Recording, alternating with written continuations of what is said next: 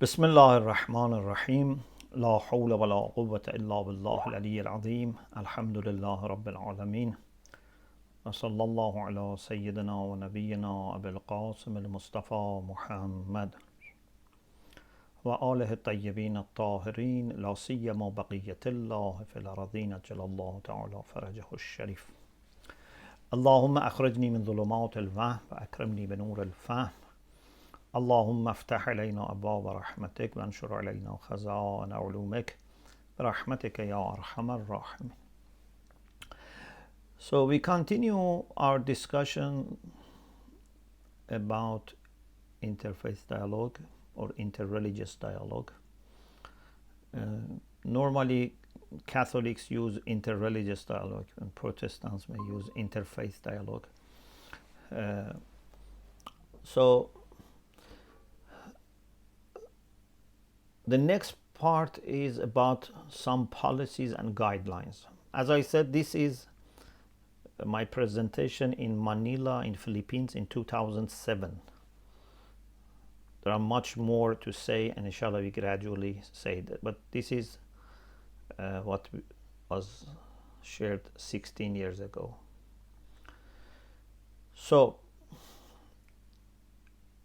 the first point is to establish trust and overcome any suspicion or historical hatred or unease. At least, sometimes people don't feel, comfortable, easy.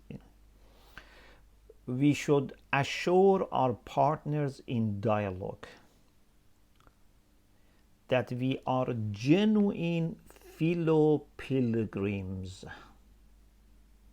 We are traveling together. It's not that I have reached the end and I want to help you also to reach.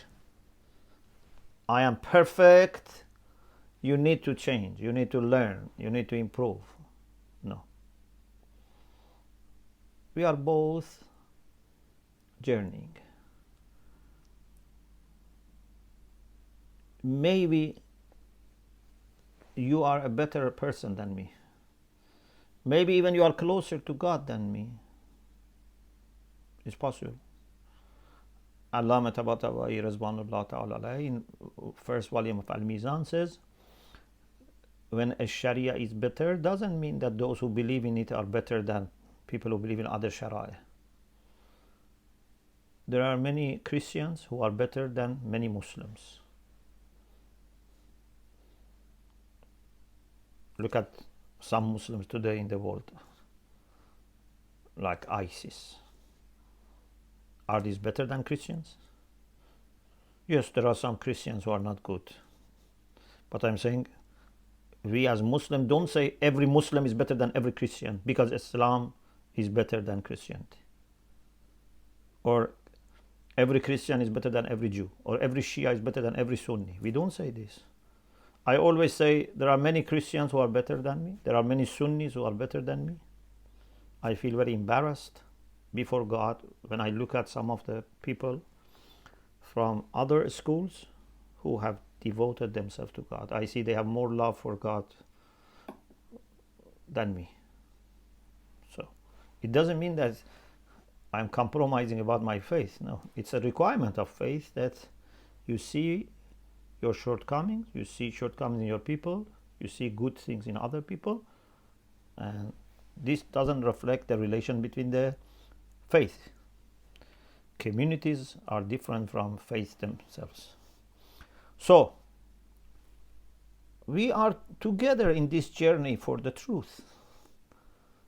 I as Muslim need to learn a lot.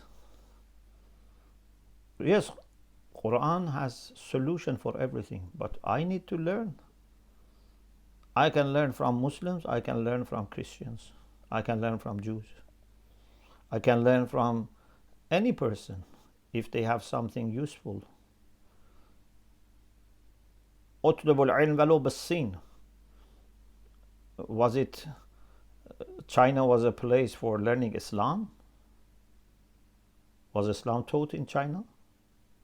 No. خذوا الحكمة ولو من أهل النفاق. Even from Hippocrates, if you can learn, if you have the ability to discern what is wisdom and what is not, no matter where it comes, go and take it. So we need to be humble. We need to acknowledge that we need to learn, especially when it comes to practical things, not just theoretical things. What we need to do today to deal with problems that we as human beings face, we Muslims, Christians, Jews, we need to put our ideas, our thoughts, our resources together, learn from each other, or at least say honestly to each other that I don't know. And when we all don't know, we ask God, for help. So we should assure our partners in dialogue that we are genuine fellow pilgrims and do not want to manipulate or convert them. There is no hidden agenda.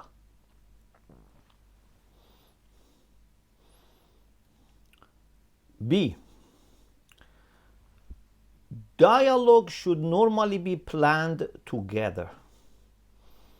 Sometimes you may plan maybe something and invite people, but this is not real dialogue. Real dialogue is that everything is done together from beginning up to the end. So I said, of course, it is better if every party tries to be as open and accommodative to the suggestions of the other party as possible. So first, plan together, but don't say I have to have 50% power. You made a suggestion and now I make the next suggestion. If I accepted your suggestion about topic, you should accept my suggestion about the venue. No. When we say we do it together with the spirit of love and brotherhood, okay? And as much as possible, this has been my style. As much as possible, I try to be flexible. I try to accommodate. If they make suggestion, if I see no problem, I accept. Even if I see there is problem, but that's not a big problem, I accept. This helps in making this dialogue run and work and gaining trust among the group. Then they can trust each other. So it's not a business, partnership that, say, okay, this is my right, it is your right. In such planning, themes of mutual interest, not that one party has interest, the other party has no interest. No, things which are interesting for both. Human and material resources. So deciding about themes. Deciding about human resources, material resources. For example, do you want to hold it in a hotel? Do you want to hold it in a church, in an Islamic center, in a hire a hall, a retreat center? How much we want to spend, what we want to eat, everything together. Publicity. Do you want to release a press statement? We don't want to release. Do we want to allow journalists? We don't want to allow in journalists. We want to record, video record, audio record. We don't want. Everything should be with mutual agreement. Publication. It's very important to publish, but based on agreements. Proper date. Not only insist on the date that works for you better. Venue, etc. should be discussed. The planning body or committee must also take into account specifications of their local situation. So if, for example, this meeting is taking place in their place, in their city, in their context, or in our context, there are some subtleties, some sensitivities that the other party should respect and observe. C. At least in the beginning, the events of dialogue must be mostly based on exploring commonalities.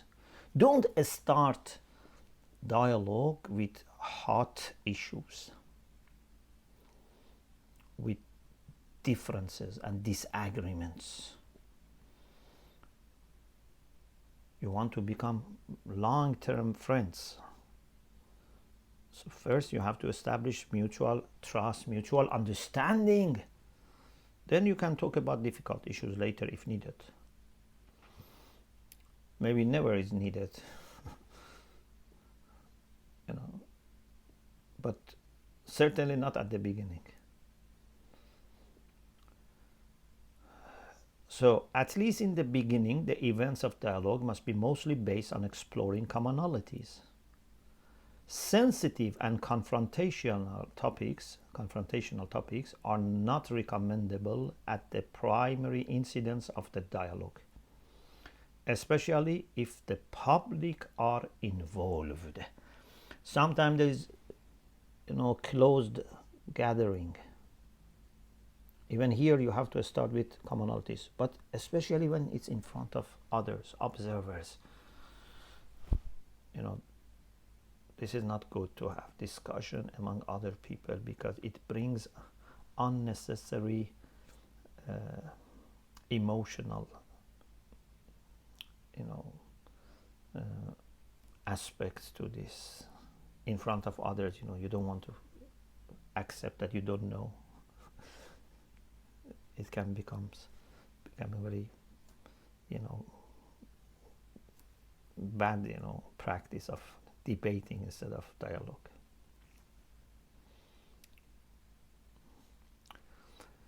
D. Although dialogue can go on and on for becoming more familiar with each other and discovering deep the faith of each other, it should be directed towards current issues and challenges in the real life. So we should not remain in abstract ideas. It's good to start with this, with deep theological, philosophical issues, but they should then be little by little geared towards real life scenarios, problems, challenges. It should be directed towards current issues and challenges in the real life in which both parties have interest and are ready to cooperate. This also helps to keep the momentum of all parties, especially the lay people and activists, because not everyone is a theologian or philosopher. Theologians, never become tired of discussing theology, but activists, lay people, if they are involved, if you have members that are not theologians or philosophers, they need to see something practical. Otherwise, dialogue may become boring and irrelevant for them. E. A fertile area of joint efforts can be education. It's very important. Education, and in particular formation. Unfortunately, I think we don't give enough attention to formation. We give more attention to information. But formation is very, very important. Even in the Hose, I think we had more attention to the formation of talaba in the past than today. Today is more information. Classes, courses, exams, dissertation, etc. And many places there is not enough attention to formation. Yeah, there is maybe one dars akhlaq per week. But when the numbers increase, when institutions become big, there is not that much attention to formation. I'm not saying there is no, but I think in the past, Hosas were more concerned about the formation shagird parvari, insan sazi. We are not just an educational institution like modern universities. Jose is more for formation, and of course this needs information.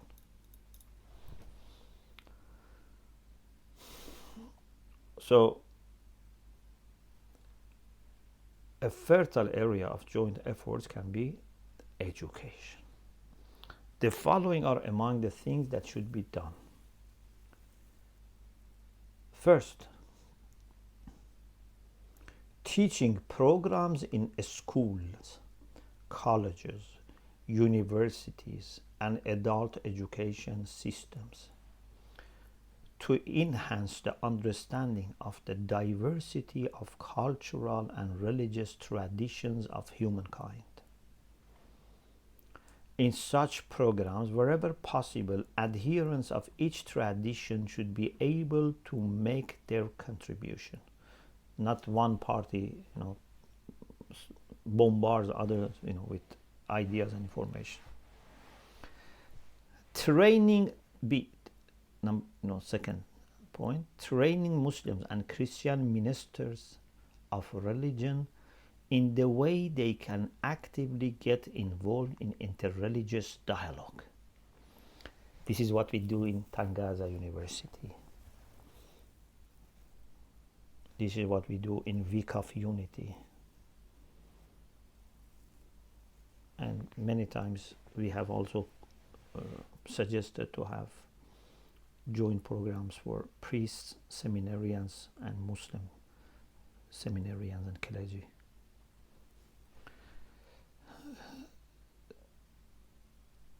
C. Providing courses or materials for the study of people of other faith with consultation of the adherents of the same faith. For example, if we want to teach Christianity, we should consult Christians. Either ask them to teach or ask them what are good sources, what are good resources, etc. If they want Islam to teach to their students, they should consult Muslims. The responsible public statements about the other faith and wise use of the media in order to educate a wider audience about interfaith relations. So when you are involved in interreligious dialogue and then you are approached to comment about Christianity, or if you are a Christian, you are approached by media to comment about Muslims, you should not forget that and set aside your involvement in interfaith dialogue. If you are a person who is committed to this, to improve relations between Muslims and Christians, then if you want to comment about people of other faith, you have to be very careful. You have to help media, not that you add to the problems.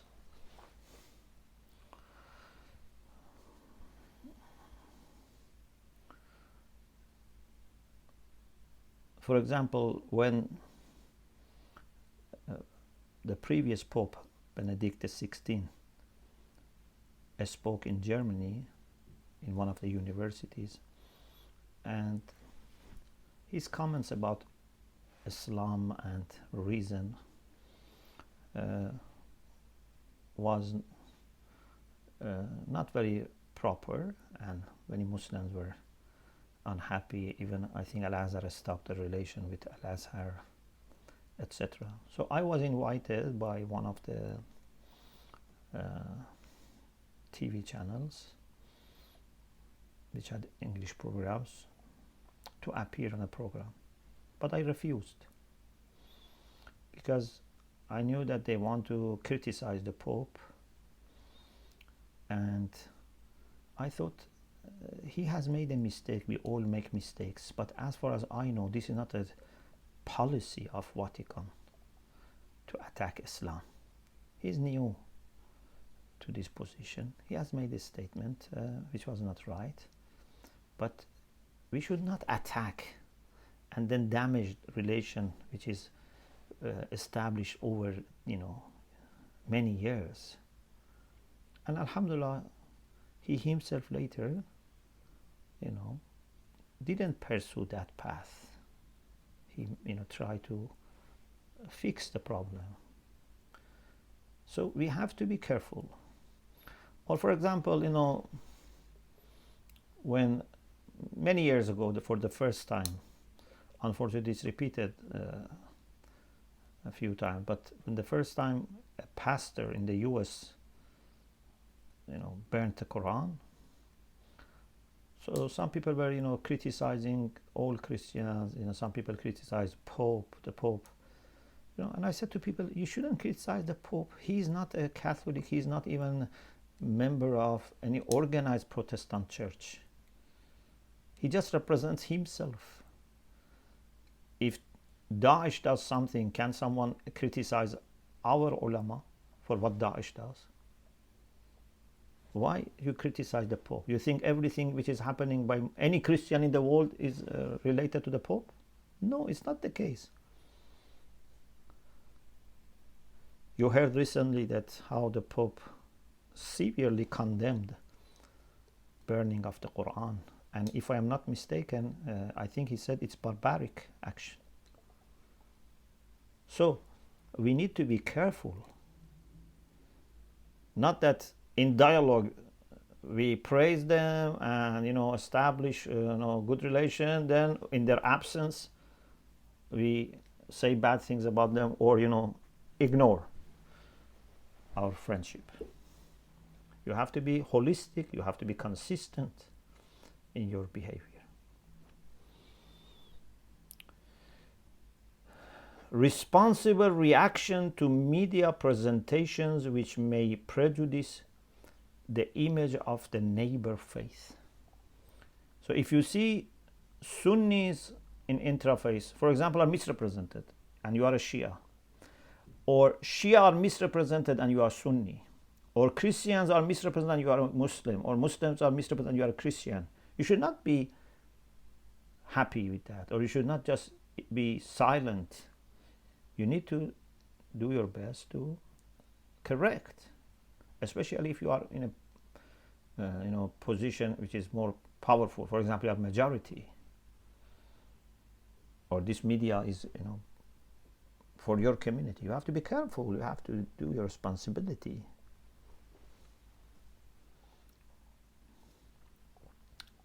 F. Partners in dialogue should be allowed to define themselves. No one should define me and my faith, and also I should not define others and their faith. That is to describe and witness to their faith in their own terms. This is of primary importance, since self-serving descriptions of other people's faith are one of the roots of prejudice, stereotyping, and arrogance. It's a moral problem. Listening carefully to the neighbor's self-understanding, what they think about themselves, saves Christians and Muslims from bearing false witness against their neighbors. Neither Muslims want nor Christians to bear false witnesses. But if we are not careful, we can fall into it. It's only through a reciprocal willingness to listen and learn that significant dialogue can grow. Listen and learn. Don't say, because I'm Muslim, I don't need to learn. No, as I said, we all need to learn. G. Everyone must be allowed to practice his faith. We cannot say, when we have dialogue, you should not pray in your way, or you should not observe your dietary requirements. maybe this person is Muslim, maybe this person is Jew, maybe they have certain dietary requirements, maybe they have certain way of praying. So we should facilitate for that. If we cannot, we should right at the beginning apologize, say, because of this reason, we are not able to do this. Explain to them. But normally it's possible, at least with major Abrahamic faith, there shouldn't be problem. Even when we have dialogue, for example, our Christian friends prepare for us a prayer room. We always in planning keep time of prayer free. Also, when we host them, we give them chance for prayer. We take them to the church, for example, in Tehran, Isfahan, to see, to pray.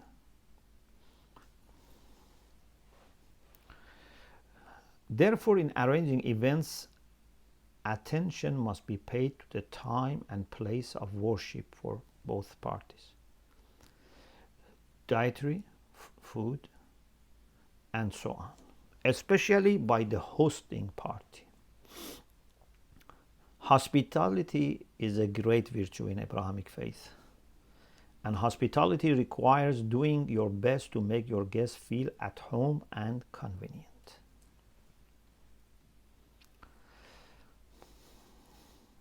H. Sessions should start and end with prayer. The beginning of dialogue, end of it, and also beginning of at least every day, we should start with prayer. In addition to having our own prayer, in addition to attending prayer of each other, but our sessions, at least the first, the last, should be starting and ending with prayer. Remembrance of God should be maintained throughout the dialogue. This makes it very sacred discussion, spiritual. And normally, thanks to God, we feel very, a strong sense of spirituality when we have interreligious dialogue, because we go for certain aim. They come with a certain aim. We are not there to, enjoy ourselves or, to have some amusement or entertainment. We go for the sake of God, and we try to remember God together. In the end, we should not forget why we have dialogue and how every achievement depends on God's favor and mercy. So we need to be mindful of God and pray to God. Note, this is additional point, in every local and regional context, there may be further points to be observed. So these points A to H are general. But for example, if you want to have a meeting in a special city or country, sometimes there are additional points to consider, depending on the landscape, demography of that place, history of that person, current issues, political issues, relations between two countries. So sometimes you have to be very careful. Then there is a discussion about different levels of dialogue. I have used this book, The Common Task, A Theology of Christian Mission by M. Thomas Thangrach.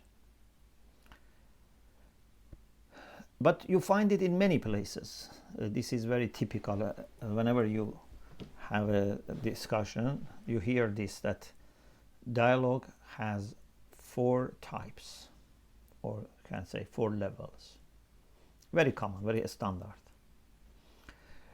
One is the dialogue of life, one is the dialogue of action, one is dialogue of religious experience, and one is dialogue of theological exchange.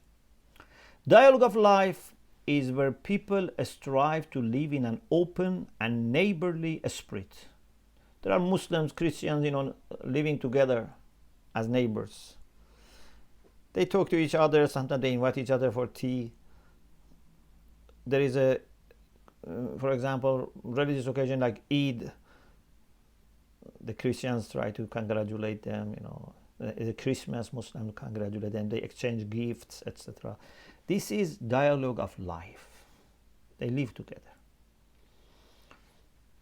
sharing their joy and sorrows, their human problems and preoccupations. If God forbid a problem and there's earthquake, so Muslims and Christians who are neighboring, so they have to deal with the problem of earthquake together. They have to help each other.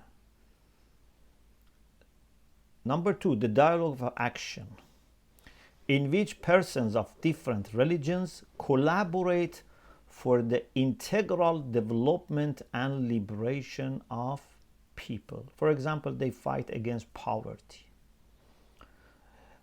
There are homeless people, they work together. There are gangs in the neighborhood. People are worried about their families, children, they work together. There are thieves, I don't know. So things that they work together, there's an action. About environment, they plant trees, I don't know, they clean the seashores. They do things together. Third, the dialogue of theological exchange, where specialist theologians seek to deepen their understanding of common points as well as those disagreed on. Fourth, dialogue of religious experience, where persons rooted in their own religious traditions share their spiritual resources, for instance, with regard to prayer and contemplation, faith, and ways of searching for God or the absolute. Sometimes maybe they don't say God, they say the absolute, or something like that. Maybe they pray together. Sometimes we see Muslims go to church, attend Mass. Sometimes Christians go to the mosque or place of Salat. Sometimes some Christians fast in the months of Ramadan and break their fast with Muslims. This is religious experience.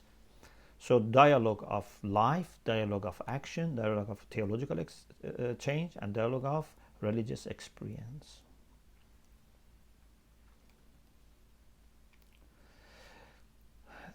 There is another way of differentiating between different types of dialogue. For example, World Council of Churches. Inshallah, we should talk about World Council of Churches, and alhamdulillah, we have a very good relation with them for years, and for 4 times we have taken groups to World Council of Churches, in addition to few times I was invited to teach in their summer course, and also I attended dialogue between Muslims and Christians, which took place in Geneva. So we have good relation, alhamdulillah, built over years. It's an umbrella organization for Protestant and Orthodox churches, hundreds of different denominations among Orthodox and Protestant churches are members. Vatican is an observer. It's not representing Catholics, but Vatican is observer. So, World Council of Churches, they say that there are different forms of dialogue: informational, acquiring knowledge of the faith partner's religious history; founding, how it started, how it was founded; basic beliefs, scriptures, etc. So you are acquiring more information. Confessional, allowing the faith partners to speak for and define themselves, to speak for themselves, define themselves in terms of what it means to live as an adherent. What does it mean to be a Muslim? What does it mean to be a Christian? Experiential. Experiential means dialogue with faith partners from within the partner's tradition, worship and ritual. So you want to experience what Muslims, for example, feel in months of Ramadan, or what they do and feel when they say Salat. And the same, you as Muslim want to experience, what they do in Christmas, in Easter, etc. entering into the feelings of one's partner and permitting that person's symbols and stories to guide. Once in our meetings with the Focolare friends in Lo Piano, in the auditorium, there was a lady, young girl from Philippines, and she came with hijab, and she's a Christian. And she said that once in Philippines, I put on hijab and went out to see how Muslim girls feel when they receive, for example, reaction of people who are not Muslims, And she was very considerate and very sympathetic. And so they want to understand what happens when you go with hijab, outside. It's an experience. Relational. Develop friendships with individual persons beyond the business of dialogue. So it's not just dialogue, it's a friendship. Practical. Collaborate to promote peace and justice. If we summarize all the social projects, it's at the end for peace and justice. So this is another way of classifying. So one is to say there are 4: dialogue of life, dialogue of theological experience, dialogue of religious experience, dialogue of action. One way is to say is informational, confessional, experiential, relational, and practical. Now we have some recommendations. Number 1, relate. 2, recognize. 3, treasure. Of course, it continues. Be hungry, etc. Relate. What does it mean? Relate to others as equal partners in search for truth. So you have to because you need to make personal relations are very important. Not even organizational relations. Sometimes, there are organizational relations. Dialogue between this church and, this organization in Islamic world. Okay, this is good. But what can really make big difference is when people are friends and there is personal relation, which is maintained and looked after over years. Recognize that listening as well as speaking is necessary for a genuine conversation. Saint Francis of Assisi has a wise saying, beautiful. Preach the gospel always, and when necessary, use words. Like what we have. كونوا دعاة لنا صامتين أو بغير ألسنتكم, something like this. Be silent people who do da'wah, who call people, or without your tongue invite people. Treasure the sense of wonder that comes with encountering the new, the unusual, the surprising. Because some people feel frightened, threatened, worried when they hear something new. No. Instead, it can be a good experience. Even if you don't agree, but first be open to it. Let it present itself. Maybe you find it interesting. Maybe there is something good. Maybe at the beginning. Many times, even when it comes to food, if you have not eaten that food or that fruit or that herb before, you may not like it at the beginning, but then you need to develop the taste. After a few times, then you start enjoying. I remember when for the first time I had mango in Sudan, more than 32 years ago. So I didn't like it when for the first time. Before that I didn't have mango because I didn't have it in Iran. But then I tried it a few times because everywhere, mango was, offered. Then I liked it. And now I am very passionate about mango. I love mango very much. So many things are this, just try. Some people once, twice don't enjoy something. For example, they don't want cheese or yogurt or olive.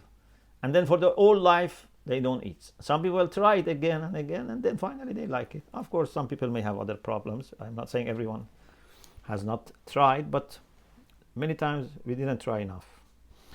Treasure the sense of wonder that comes with encountering the new, the unusual, and the surprise. Not every new is bad, not every new is good. Yeah, but let new come to your attention. Record such experiences in a journal if possible.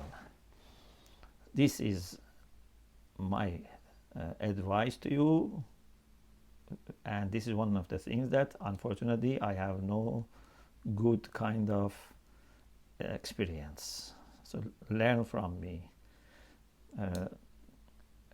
From beginning, every thing, try to document it as much as possible.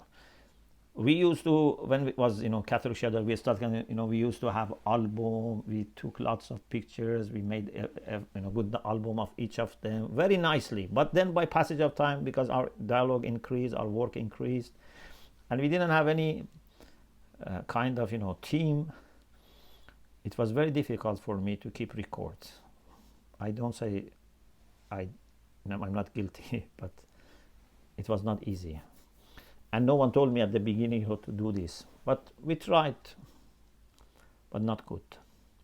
But now I ask you, please, every time you have dialogue, you travel, you attend good program, you come across something useful, document and file it, and then have it good archive.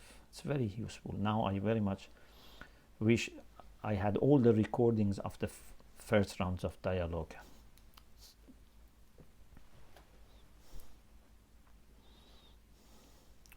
But alhamdulillah, in the last maybe 12 years, I try to at least have the video recording of my talks. Recommendations number 4: be hungry for knowledge about the other person's culture and religion. Thirsty, hungry for learning. Learn to understand what others actually believe and value, not what is written in the books only, or what people say about them. And allow them to express their beliefs and values in their own terms.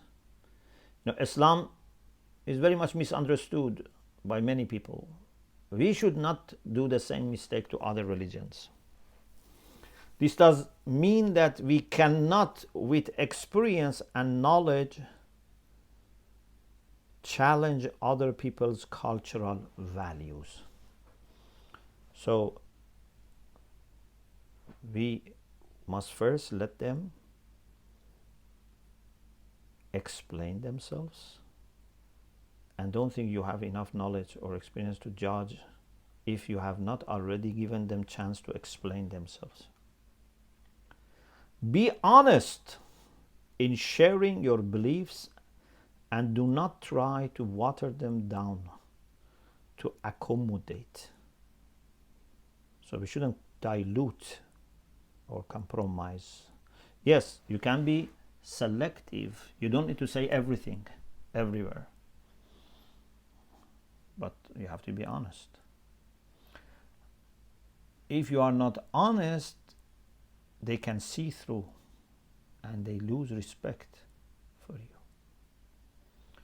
Do not misrepresent or disparage other people's beliefs and practices. For example, if they ask you about another group in Islam or another group in Christianity, don't say bad things about them or misrepresent them. Be very honest, very fair. Be aware of your own need for ongoing conversion. I am a Muslim, but I need to convert. What is conversion? It means to become better Muslim. I need to become better Christian. Yeah, every person has to go deeper into his own faith and relation with God. It doesn't mean that you don't want to learn something new, you don't want to change. No, but it means that we are all, no matter whether your faith is the best or not the best, every one of us needs to transform himself or herself to a better version. Remember, it is not our job to convert others to our beliefs, but it is your job to be faithful to your own. Respond to others as a gift, not as a threat. Don't consider them as a threat. Consider them as gift. Like people who are new to teaching. If a student asks a question, they get nervous. They think this student wants to damage them, wants to hurt them, wants to prove that I don't know. But when you are experienced, when you have established yourself, you welcome good questions. Even you welcome difficult questions more. Be sensitive to vulnerable people and do not try to exploit them. Maybe you meet a person of another faith who is under some problem, pressures, maybe from his community, maybe, I don't know, family problems. Don't say, oh, this is a good case, then I convert this person and exploit the problems that this person is facing. Remember that it is our differences that can make a difference. Yeah? So rejoice in the richness of our diversities. This is a list of some of the recommendations that you can find in different places, and also in particular James Fleming, an Irish Roman Catholic priest, has nicely put them together. Has dialogue been useful at all? I have seen some people who say, what's the benefit of interreligious dialogue? It's not useful. I remember once one brother, came from Iran for a conference which was organized by Shia community, but there were Christian, there were people of other faiths, very high profile conference. And we were together. He said, what's the benefit in the car? He said, what's the benefit of this kind? And I told in my heart, the way you do it, I don't think there's any benefit, because you don't give your heart to it. And I wonder why then you attend if you don't see a benefit in it. So some people think, no, this is not useful. Even some people attack, they say, this dialogue, interfaith dialogue, is the plan of enemies of Islam. They want to, make Muslims, forget their problems. They don't want Muslims, to stand for their rights. They attack the interreligious dialogue. Even some enemies of Islam attack interreligious dialogue, interestingly. I wanted to share with you some sad news about what a newspaper recently wrote against me. Inshallah, maybe next week. That they say, these people attend in interreligious dialogue in order to present themselves better, as if we have problems. So you see, hardliners from both sides, they attack interreligious dialogue. And what they share is that it's useless, but they say it's also being misused. But the reality is that it's a necessity, it's a sign of faith, it's a sign of wisdom if you do it properly, with heart and mind.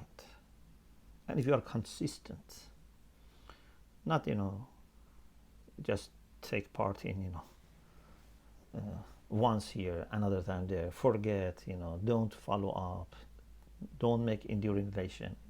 No, do it properly. So, has dialogue been useful at all? Yes, of course.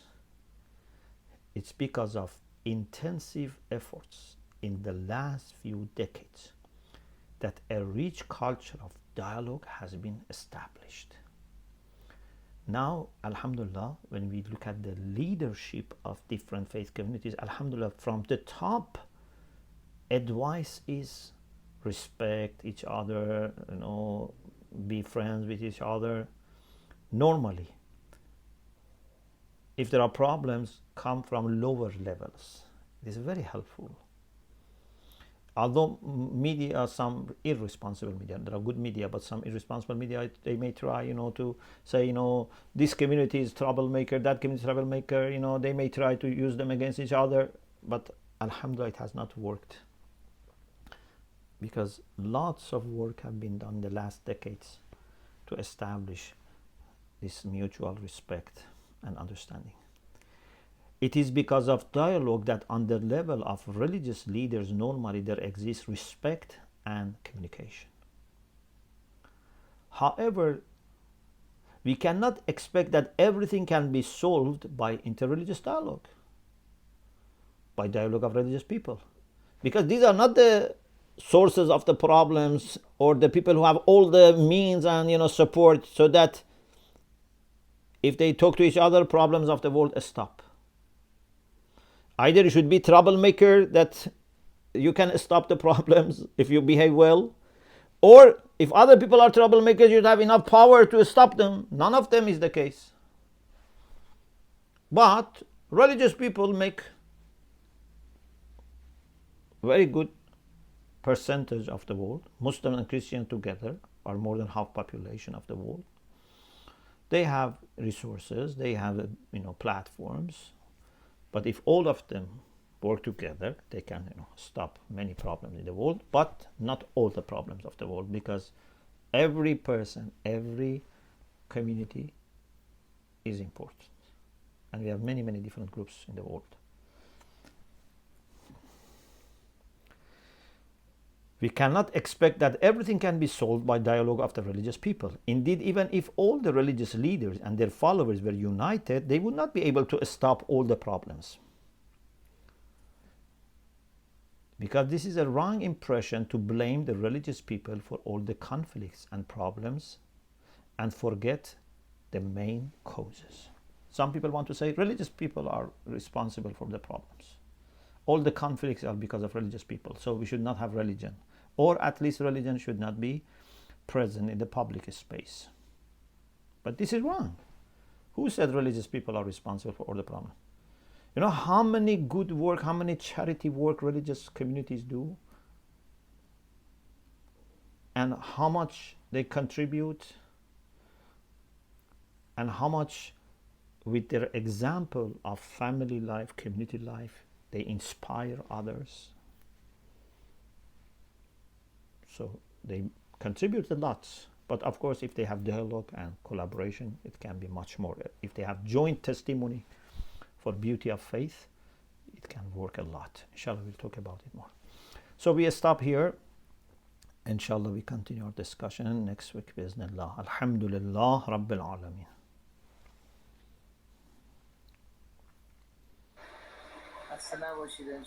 سلامت باشید. التماس دعا داریم. خدا حفظتون کنه. وقت نماز ما رو دعا کنید انشالله.